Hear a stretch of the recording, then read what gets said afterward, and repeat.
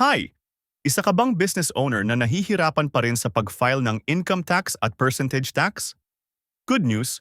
Meron na kaming automated na template na ginawa para sa'yo para mas mapadali ang pag-file mo ng taxes. Ganito lang siya gamitin. Pumunta sa Tax tab ng template. Piliin ang applicable tax rate mo, whether OSD, itemized deduction, or 8%. Automatic na mag-a-adjust ang mga fields at form depende sa napili mo. Ilagay lang ang mga detalye, gross sales, cost of sales, kung applicable, allowable itemized deductions, taxable income from the previous quarter. Pag nailagay mo na ang mga yan, automatic nang magka-calculate at magpo-populate ang 1701Q at 2551Q forms sa template. Once done, kopyahin mo lang ang details papunta sa EBIR forms. Ready to file na agad. Super simple gamitin. No more manual computation, no more guessing, at less chances of error.